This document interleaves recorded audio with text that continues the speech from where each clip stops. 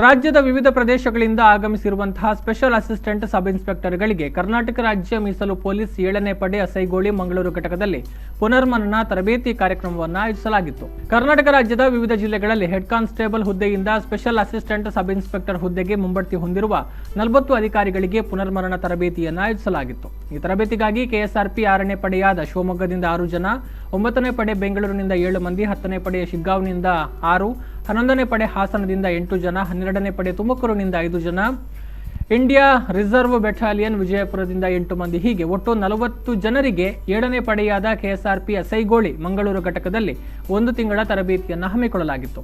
Commandant BM Prasad ಅವರು ಕಾರ್ಯಕ್ರಮವನ್ನು ಉದ್ಘಾಟಿಸಿದರು. ಕಾರ್ಯಕ್ರಮದಲ್ಲಿ ಸಹಾಯಕ ಕಮಾಂಡೆಂಟ್ ರಾಜು ಹಾಗೂ ತರಬೇತುದಾರರು ಉಪಸ್ಥಿತರಿದ್ದರು.